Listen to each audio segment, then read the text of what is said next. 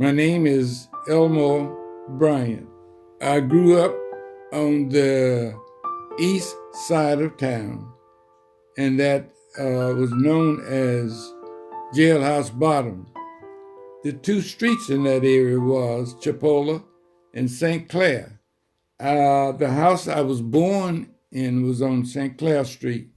On this street, I played up and down the street with my wagons and take skates, and we'd make a slide, and this is where we played. Over here was the Texaco plant. The building had been tore down. But Miss Calhoun ran the Texaco plant, and she would sell 5 gallons of kerosene. That was a big user back then, kerosene heaters. That was the peanut mill.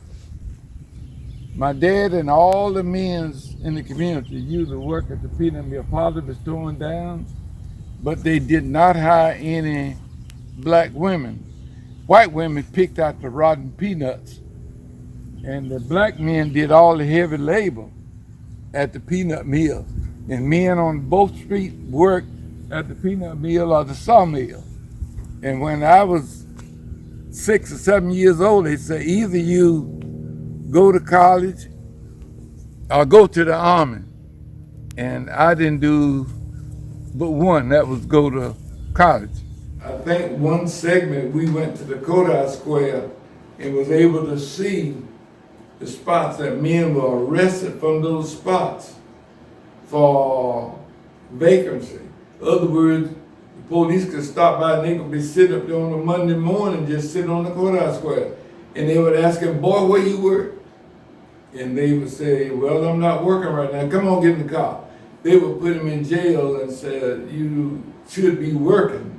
If you look right across from the Kodak corner that we are talking about, there was 2 fountains. When nobody was looking, we would run, taste the black water from the black fountain, and we would run over and taste the water from the white fountain. We said it tastes just alike. The only thing is we black, so we're not supposed to drink from that one.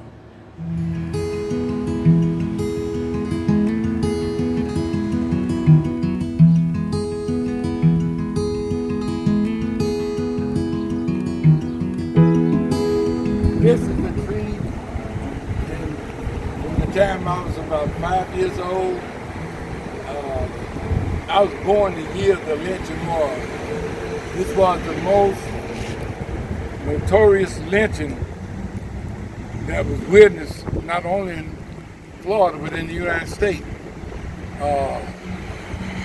They drug him from place to place, Claude Neal from place to place, coming down through Malone, on through here. We had a young black man ran that route. Mr. Wilson, he's a professor now somewhere in Alabama, but he ran the route, and we met here under the tree, and he told the people the history that he knew, and I could never forget the story because as a little boy, that's all we heard. The other reminder was Doja School for Boys. If you don't do and stay in your place, you're going to be sent to that. Doja School for Boys. Farmer School, they called it. My father's name was Arthur Bryant. My mother's name was Lily Mary Bryant.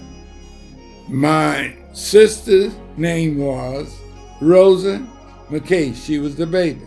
My other sister's Annie B. Bell Gibson, and she married Reuben Gibson.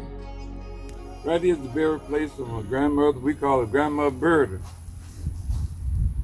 We call her Berta, but her name is Alberta Bryant. And she married to my grandfather, Red Otter, they call him. And I used to love to be around her because she knew how to clean chickens, and my grandfather used to love to be around him because he could make things. He made me a goat wagon and bought me a goat, and the goat actually could pull the wagon. But I spent a lot of time with them. I had to walk out to their house, but it was a lot of fun. The next grave is my mother. My mother was a Jew, loved to ride. And I remember one day she was going to work, and we lived at the bottom. She wanted to ride up the hill. And the man came by on the city truck, and in the window it says, no riders. She said, Mister, will you give me a ride up the hill? He said, ma'am, we can't do that. You see the sign in the window, no riders. She said, well, I don't want to be a rider. Just give me a lift up the hill. And he did give her a lift up the hill. She always wanted to drive a car, and she drove hair. She dressed hair for ladies until she was sick. But she bought land. She always had a dream for her children. She bought each one of us a lot. And today we live on those lots that she paid $5 and $10 a week to Alan Willis to make sure we had lots to build a house on when we came out of college. Annie has her lot, Rosa has hers, and both of them live in those homes today. Over here was my father, Arthur, Daddy, Bryant, Jr. My daddy was much of a man in the community. They don't do that now, but any child that did anything wrong, the old ladies would tell on you. My daddy would whip not only his children, but everybody in the neighborhood. The men at the peanut mill respected him. The church respected him because he was carrying on what his father left to him, and that was Friendship Baptist Church. And the church meant so much to him. He would come out here and work, make sure the lights are burning, make sure the light bills were paid, even if we didn't raise enough money. But he was a deacon at Friendship Baptist Church until he died. He was chairman of the deacon board. He was also chairman of the president for the Christian Aid, which was a big organization that buried people. They don't do that anymore because they outlawed it. Over here is my son. He's the youngest of the bunch. His name is Elmore Bryant. He was born June 8th, 1968. He died August 8th, 2008. And he was handicapped, and he was part of Sunland funeral. And they all came to the funeral when he passed. His mother lived in California, and she did leave with him a few dollars, and which we hope to share that with D&B School in St. Augustine. He was unable to talk, but he was quite smart. Most everybody at Sunland remember him, and the house parents can all tell you funny stories about Elmo, they call him.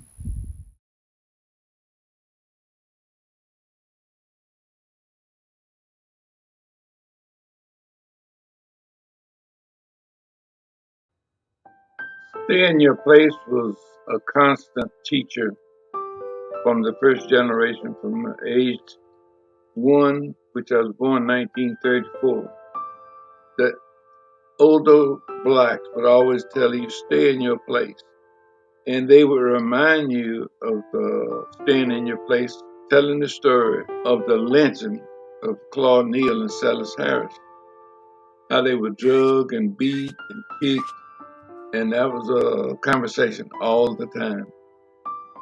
At the age of 5 or 6, I remember the story had been told so many times, how they ran from the whites downtown, didn't know there was a lynching, how they ran and hid in the pool halls, and some did fight back. And that every day was put on our mind, and I remember that well. Well, about the age of 6 and 7, there was still segregation, and I didn't understand it sometimes when you saw a fountain that says white water on one side of the courthouse and black water, and black folks sometimes didn't explain to us segregation, Jim Crow, but they had a way of changing the conversation. We would have prayer meeting at least once a month, and my aunt would come over and be with us, and we would in turn takes to pray, get a chance to pray.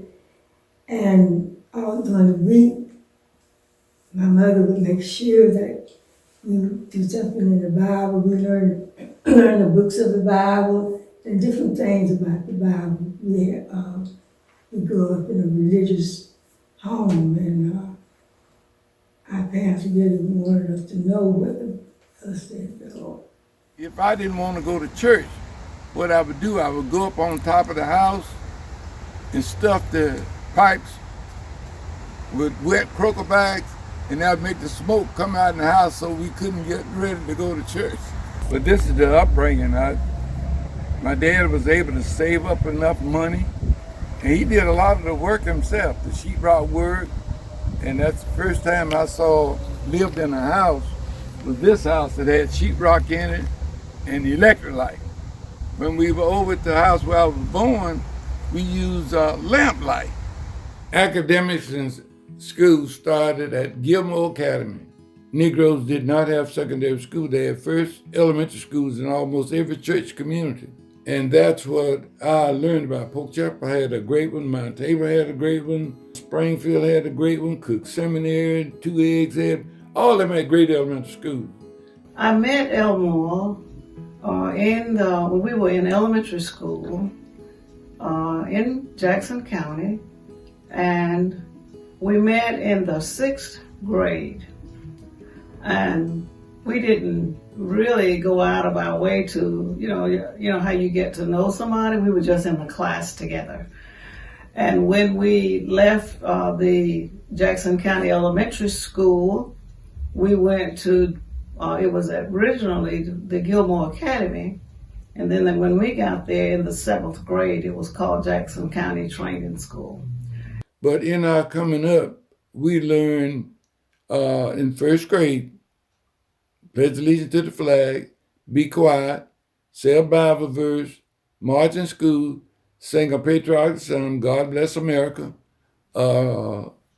salute the flag, or pledge to the flag. And that was the 1 year. Then they sent the elementary schools over to Baptist Cottage. That still stands today.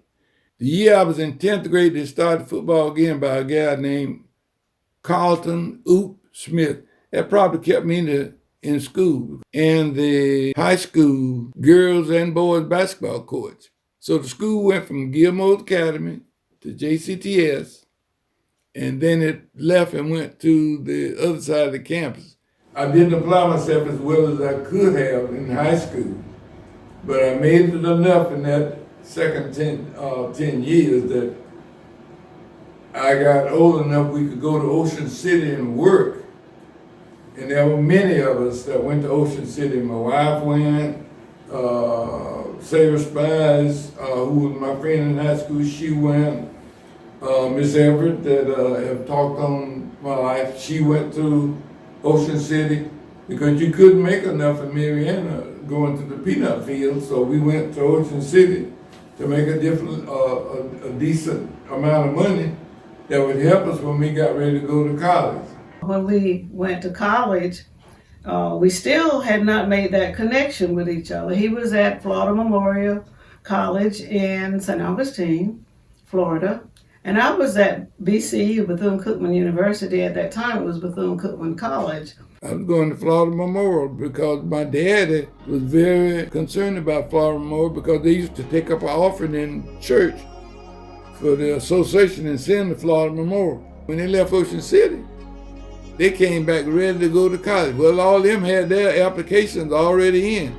I stepped down to Florida Memorial with my big steamer and all my shirts that I got for presents, for graduation, and I stepped on campus with my steamer. The man said, have you registered? I said, what register? I didn't even know what register was, but anyway, they kept me up there and registered me. Where we're standing now is on the property that's owned by Second West Baptist Churches and Association. This property has been here for years. I'm 86 years old, and this property was here when I was 11, 12, and 13. and it's still here today. These buildings, it's new. This is a metal building that's new, and it's made a church. Most schools had they tried to build schools in each community. But this one, thank God to Second West, was used and is still here today.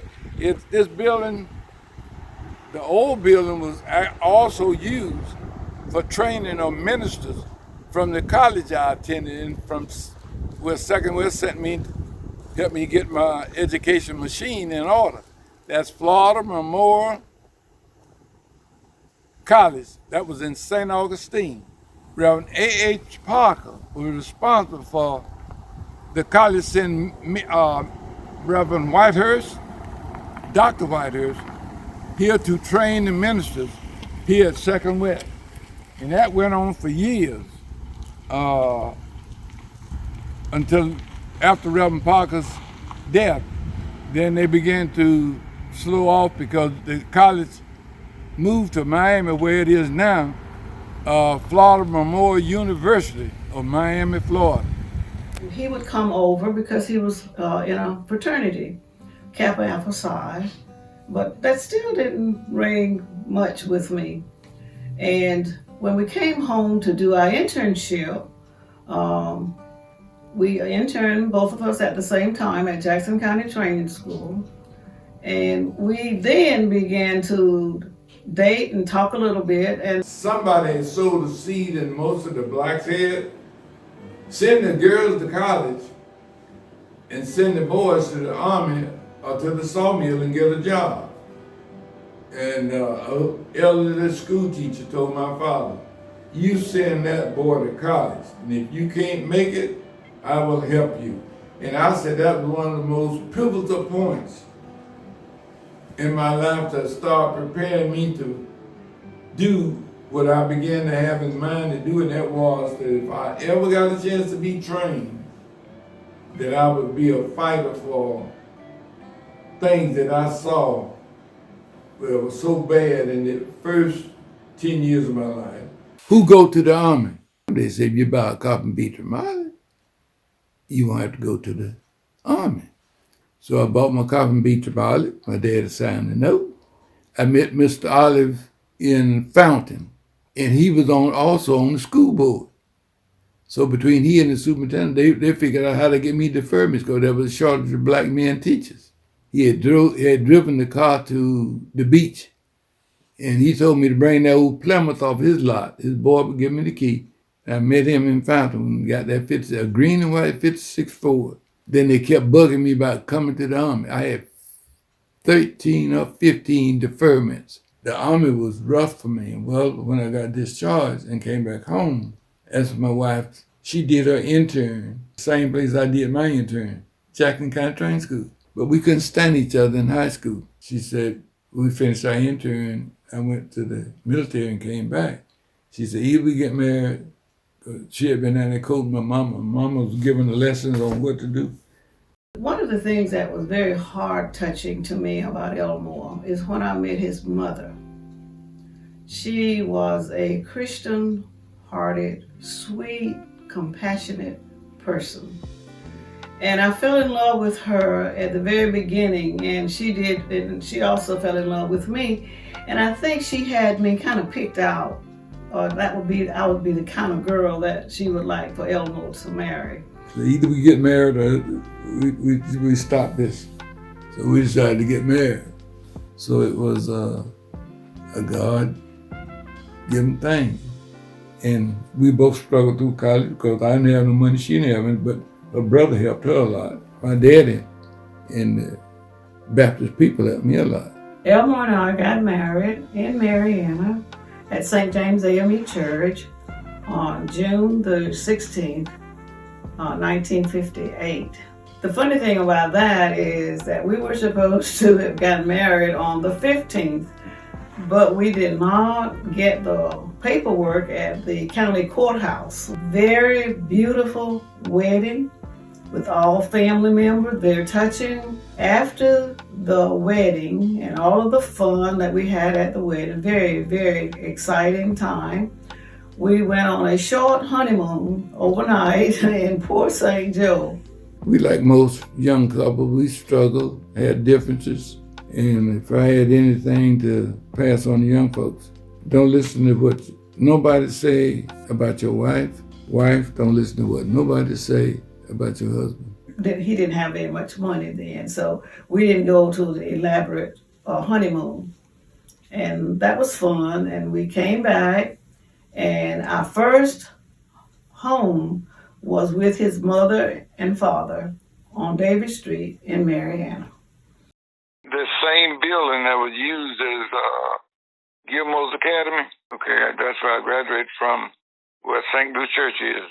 It was called Jackson County Training School then. Then I left and went to college. When I went to college and came back, they had built a new school out there where the middle school is now. And that was Jackson County Training School then. But yes, ma'am, there was some sad times.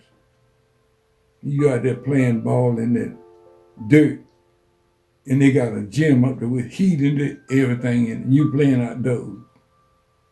They didn't have to be. That same prejudice behind school board doing the same thing today. Look how many black teachers you got. Look how many black principals you got. We didn't have a gym. Of course, at the old St. Paul, there was nothing but a clay court. And we put fires in each corner, one in the middle on the court. Built fires for the winter when we played basketball. I don't think no one could ever beat us on that clay court. One thing that sticks out in my mind that we won the state championship in basketball. We had to go to Apalachicola to play for the state championship. And we went down there and took care of business. From St. Paul, I went to Jackson. But this time I'm going as a teacher rather than a student. After I left Jackson County Training School, then where the middle school is. After I leave Jackson County Training School, it wasn't the middle school yet, it was Jackson County Training School. I've known Coach Bryant ever since I started attending school, because when I was attending St. Paul High School, it was like first grade through 12th. Okay, so I knew Coach was a teacher at St. Paul High School, but I never had any direct involvement with him until I reached 7th grade, and then he became my 7th grade PE teacher. And during that time, we all held teachers in high regard, and it was, even though they were kind of strict and the requirements were rigorous, we know that they loved us and they wanted our career to be successful. And we were very much impressed by them, because these were the educated people that we saw on Monday through Friday, daily basis, that inspired us, corrected our behaviors, and they were role models for us. I left Jackson County Training School and went to Marianna High. Integration was coming on. I left after the fights and everything broke out. I left Marianna High School and I went to Golson. Did so well at Golson, the superintendent called me in and decided he really had his mind set on me being a principal. And I turned him down. He wanted me to go to college, FAMU, and get my master's. And he was going to make me principal, the first black principal. I probably would have done well, but it just wasn't in my heart to do that. That wasn't what I wanted to do. I first met Mr. Bryant when I was in the 8th or 9th grade. I was a student at Marianna High School, and he was the PE coach. I remember hearing one of his workers, his employees, going on and glowing terms about how much he enjoyed working for him and how he was such a great boss and employer, and that's something that you don't always hear from employees. We were at St. Paul together, coach, and I would ride together to Hamilton for our activities at night. And one night we had a basketball game, and I drove that particular night, and got back to Marianna. My car, I lost control of my car, and I went through all the traffic lights not traffic lights, but they had meters downtown Marianna, and I like to frighten both of us to death. with that car losing control. We're standing at the property now. If 20 or 30 years ago, you wouldn't see me because all this was a big hole. And the black men tried to get the superintendent. When they built the school out here, we at the Marianna Middle School, Jackson County Training School, the property where Jackson Junior College is. We asked the superintendent to fill in this hole. And he said, let the Negroes use it as a science class, catch tadpoles. And when it became the middle school, after the black schools were closed, the superintendent then filled it in because they wanted the white children to be protected. And I stand on that property now. The lunchroom was there all the time. All these buildings were built after. That building was the elementary school, it's been there all the time. But this building, the gymnasium, this building was built after it was JCTS and became the Marianna Middle School on the South Street. The same property, it just changed names and changed usage. I was sitting at the service station, then owned by Johnny Sampson. She called me about the third time she saw me over and said, she said, what's your name? I said, Elmore Bryant. She said, how would you like to own a service station? I said, I would love to own it. She said, well, I'll tell you what I'm gonna do. You come out to the plant tomorrow with my son, Dickie, and I'm gonna have a talk with you, and I'll tell you what I do. When I went out there the next day, she said, very simple to the point.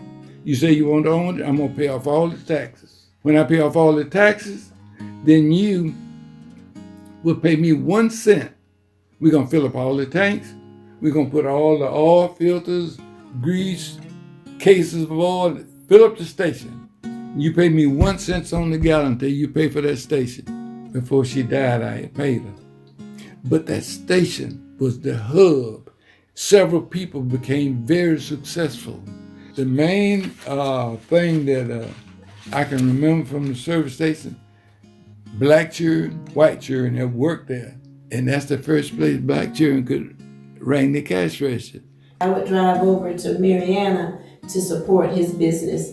And I remember one day I told him, I could just go get a better price at this place over here at XYZ. And with that, he started to manipulate the gas pump. And he said, how much is it over there? And then he started to change the price on the gas pump with his key. And he said, okay, I'll just make it that price for you. He had a Gulf station in Marianna on Orange Street.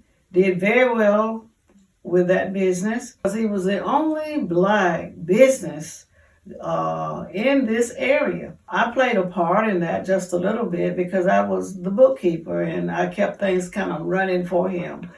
And regardless of what we did, how we did it, we always put family first. Our children, our grandchildren, and our great-grandchildren. Right here was a long building. From there, all the way up. All that dirt was hauled in here. There was a deep dip drop off here. This building was a restaurant owned by a black lady named Classic Cook. As a boy, I used to come up with the grown people and she served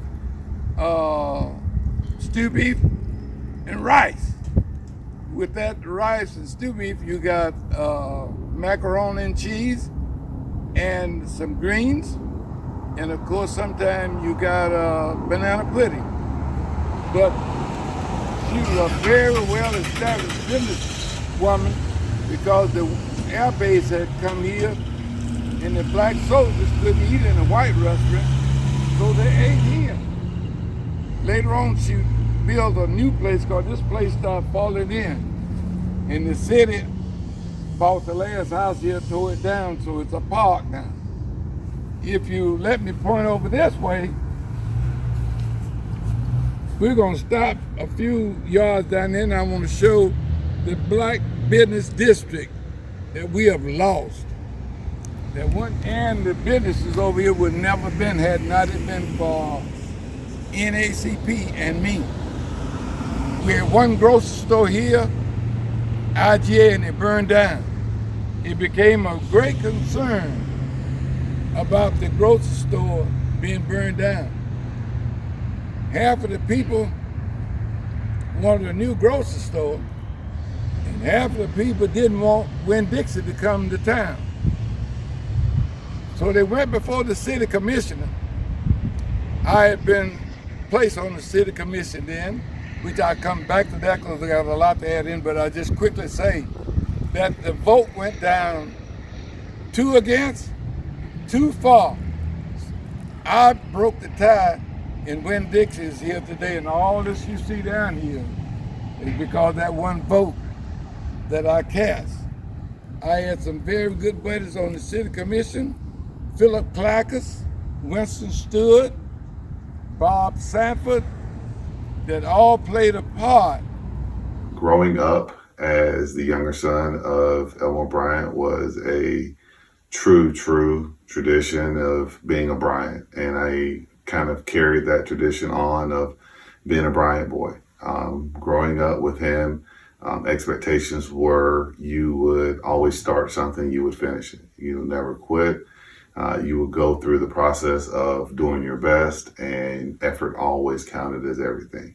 They called him in football practice, they called him hard nose, and it began to stick. Coach was very strict. If he asked you to do something, or if he gave you an assignment, he expected you to live up to those expectations. I remember very well how if you acted up, you had to go to Coach Bryant. And Coach Bryant was a disciplinarian for the principal many times. And that was kind of funny because whenever he fussed or whenever he got on somebody, he wanted you to do better. You could do better. He could see more. He didn't use a board. He used a flywheel strap. He used our hand as a mechanism of trying to get us to do right. But by the same token, we realized, I should say, that genuinely deep down within, he loved every kid who he had any involvement with. So strict, but loving. He had a stern voice. I never saw him really get upset. I never saw him laugh a lot either. He just was a matter-of-fact person, I always thought. But he had a kind heart, and I knew that. He deserved the name Hard Nose, and people called him that as a sign of respect. And that's just one of the stories. We appreciate that. Now we look back and say, what a good job he did, though we didn't like the disciplinary action at the time. And he always would tell me how I would motivate him, and I always thought he motivated me because he did a lot of things to keep me going when I was small. Because that's actually the way I always been, the same way. Just always, not always happy, but always seemed to be in a way. And it encouraged me, and also encouraged other students, and he always encouraged me too, so. This is on South Street. This was here when I was teaching here. This was known as Jackson Junior College. William Harley was the principal first of JCTS. Then they moved him as president of Jackson Junior College. This was built to keep Negroes from going to Chipola Junior College. But less than 1 or 2 years after it was built, the integration came along, and this became part of the Jackson County School District building for the high school. Later on, it became used by the middle school, Marianna Middle School. And they are part of the history also of the winding roads of education, starting at Gilmore's Academy on Orange Street to Pennsylvania Street at the Baptist Building, back to Gilmore's Academy, then over here was the found stage of the roads of education in Jackson County. We're planning on continuing that by asking for this property back for Gilmore's Academy and JCTS youth organization. Well said. My brother gets a joy out of helping people. He loves helping them get a home or a place to stay. And he just gets such a joy out of doing this. Look like that is one of his aims in life, is to help somebody else. To grow up in that era that he grew up in, and to come back and work, all kinds of, racial tension and all kinds of racial oppression going on around you, but he still had the courage and conviction, to go out and enterprise. And then you think about the homes they used to build for the single mothers. That's is commendable. Rainbow Coalition, and he just told us how to get a house. He told us good stuff, how to live in this world. And don't be trying to do what nobody else do. Do us. But make sure when you, do it well. There were about 5 of us. Janet Horn, Ann Bradwell, Bob Sanford, Peggy Sanford, myself, and the men worked for Florida Public Utilities out there, Janet, what his name is. We said, we need to do this. That's where the idea was born, on the way back to Americus, Georgia. That's where we went, Americus, Georgia.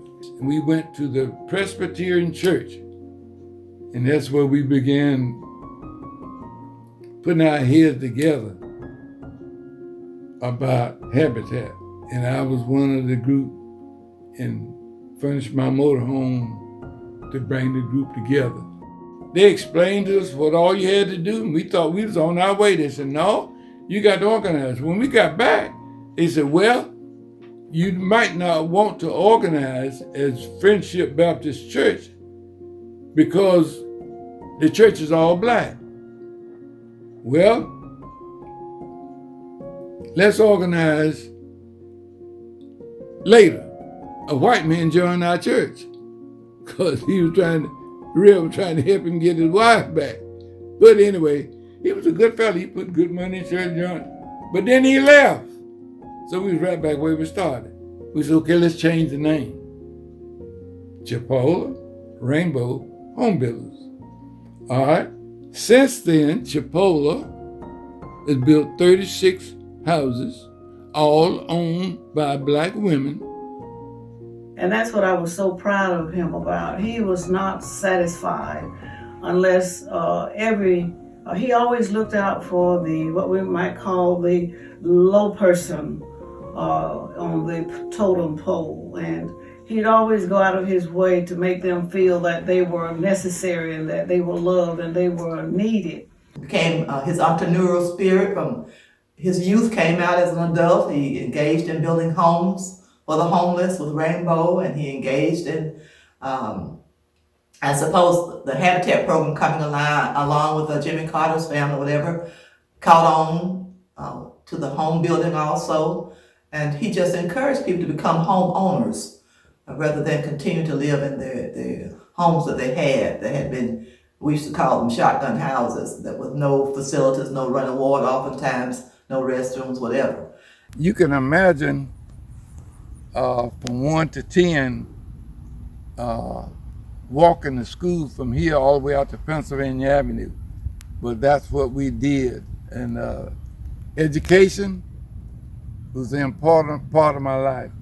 Housing was always important to me because I lived in the little shotgun house there, and I wanted to do something for housing, not necessarily for this area, but all over the city and the county. As mayor, we saw a lot of improvements, especially relationship-wise between the people of color community and the community as a whole. I remember it was the nighttime. I believe it was a Thursday night, and we had a knock at the door. My mom opened it, and someone in the community said, "You will not believe it, that your husband has just been appointed mayor of Marianna." And it was jubilation. It was jumping up and down. We were so thrilled that he had been bestowed this honor of being the mayor, first black mayor of Marianna, and it was just like we were hugging and just jumping in tears of joy to know that we had done something well for this community. He was an outstanding mayor. He worked with everybody. He was highly respected by everybody in this community. He has always stood for what's right. If there's somebody that needs help, he tries to help them. When I was in the Florida legislature, he would come to me if there were particular situations where we needed to help an individual get a job, many times from the minority community, but not always. He was very good at bringing both sides together, very good at being an intermediate between the west side of town and the rest of the town, and was always professional and set the bar real high for the black community. When my husband retired out of the army, he started going down to the meeting downtown for the, he and Elmore would go down there to get our street paved, because we were not living on a paved street. Many of our streets, you don't have much room between the street and the property owner's property or the right of way. And as a result of that makes it a challenge to have utilities ran up on the road. It makes it a challenge to have sidewalks ran. It makes it a challenge to have curbing ran. And they didn't want to pay them, but he fought and he fought and he fought. And it's not easy. And right now, he's fighting to try to get Jackson County Training School, which we always was attend, back in our possession, because the land was donated to us. And he's trying to get it back. Right now, he and some other fellows are working on getting it back. So if I had never gone to City Hall to say, I want to run for City Commission, maybe nobody never would have run. But they didn't turn me down. Maybe somebody had gone before me, they wouldn't have turned them down. But nobody had gone. So again, that proves out what we said. Seek out justice, unjust, anywhere, and bring about justice everywhere. There are two words that I remember him saying over and over again, over and over. There's two words, but he'd take the two words and make it sound like 6 words. Because every time he would talk to people in a meeting or listen to their report or ask a question of, what are you doing about this? And what about this? And they would give their pitch, and then he would say, excellent. I don't know if anybody's ever noticed that before. He changed that word into 3 words almost. Excellent. And then the other word was wonderful, wonderful. One of the most important things that he's done in his lifetime has been the single member districts here in Marianna. We're able to see it every day. For all intents and purposes, they're all, for the foreseeable future, there's always going to be at least 2 black commissioners that are going to be on the board, and eventually, a black mayor every so often, because he fought for single member districts. One thing that has become obvious for those who look is the historic mistreatment and the historic lack of services to the black community. I know Mr. Bryant was president of the NAACP here and, very, very involved. As a matter of fact, he was Mr. NAACP. There were things that I've gotten involved in simply because Mr. Bryant was there and asked. I made phone calls once for a political election. He had a trailer behind his business, Bryant Enterprises.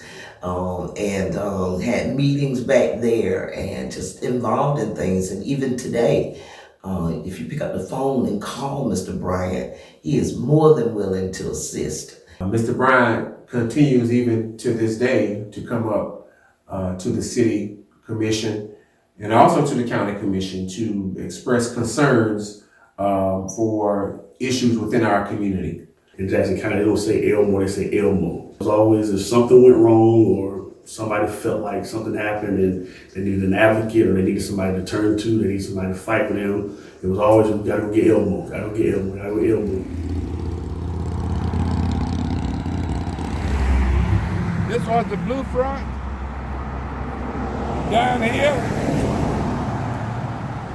was space rented for a barber shop and a tailor. The tailor was Mr. Harrison, and barber shop, Tony Wynn, Reverend M.L. Robinson. He ran the barber shop. On the other side was the taxi stand, East Side taxi stand, owned by black folks. Both buildings over there. The first building was Mr. Cleve Rolack. He called it cafes, C-A-F-E. And I couldn't understand what that meant as a little boy. But later on, they started calling them restaurants. He sold Spearman Ale beer and sandwiches, pork chop sandwiches, pig feet, that kind of thing. The next place was the insurance office. That was owned by Mr. Watson and his wife. He also had a barber shop in there. The third place was owned by Miss Williams. She dressed hair. That was Carl Williams' wife. Carl Williams was a school teacher that I worked with the last 4 or 5 years before he retired. So this was a complete black business district. And on that side, black business district. He was instrumental in doing some eye-opening kinds of things. The city would pave streets that were not in the neighborhoods where we lived.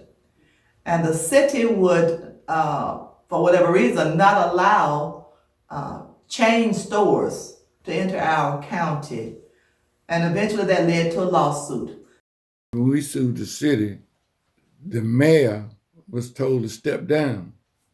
They thought that would stop the suit. When he resigned, I was on the football field tending my own business. The mayor pro tem drove to the football field and said, "Come to the city commission meeting tonight." I said, "Okay." So when I got to the city commission meeting that night, I'm standing in the back of the room. So they say, the mayor's resigning, and they went through the motion, he resigned, and they said, "Now we're gonna fill that vacancy." And they said, "All right, we'll fill the vacancy." And they filled the vacancy by offering a motion that Elmore Bryant would become the commission that would fill his seat. And they seconded and called me from the back. And they held my hand, and I got a picture that to swear in. That's the first time I was sworn in. And the week after that, they began to research. They said, "Wait a minute. We thought you gonna stop the lawsuit." I said, "No, the NAACP filed that. There's a lot of folks on that." They said, "Hot dog, they say you was a shrewd nigga." They couldn't take me out. So then they brought charges against me. I was so proud of him, although I was proud that he was the mayor of Marianna, he was the president of the NAACP, and he also did community service, including the head basketball coach at several schools in the county. There are certain things that I believe would not have happened in Marianna, Jackson County, had it not been for the leadership of my husband. The different fights that I fought for to save Sunland, save Dozier, wages for the convalescent center. I became the first black head coach at Marianna High School. I was the first black head coach at Cottondale Elementary School. I was the first black head coach and athletic director at the Marianna Middle School. And all these things, doors I opened, these Negroes have lost it. And today, when I tell you the story and show you the lawsuit, it's a landmark decision. And it was never talked about much because that's what we decided to do. There were things that were left to do in the lawsuit that's up to this day, the city still haven't completed.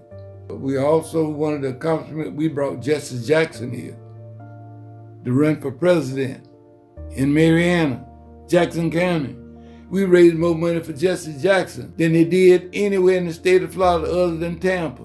Never talked about it, because white folks joined in, helped us, did it. We had a fight for the railroad track. We had and which you see is completed down there now.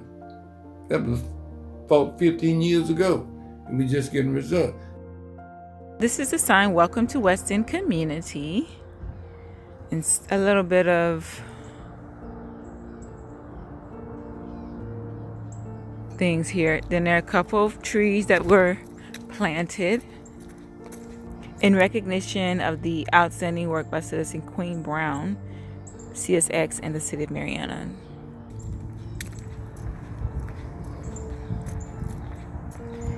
I believe they dug down about 7 inches or so to make this workable. This is it.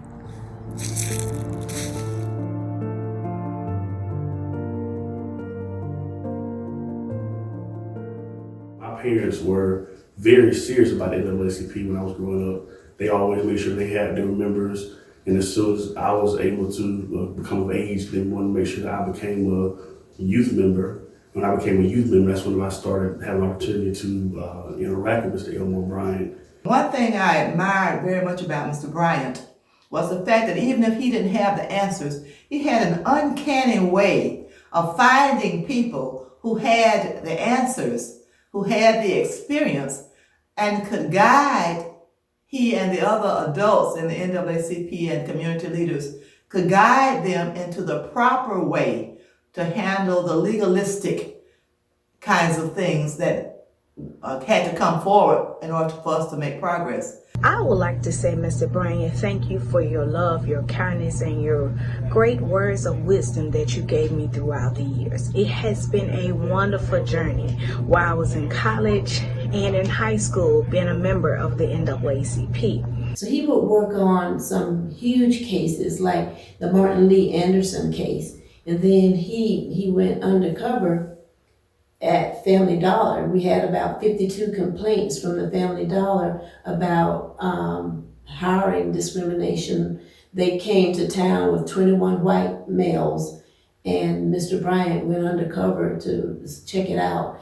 And in the end, they answered all of our complaints. One particular incident, one of our radio stations, our local radio station, had a way of, I guess you could say, stigmatizing the black community when they were arrested and put on the jail docket.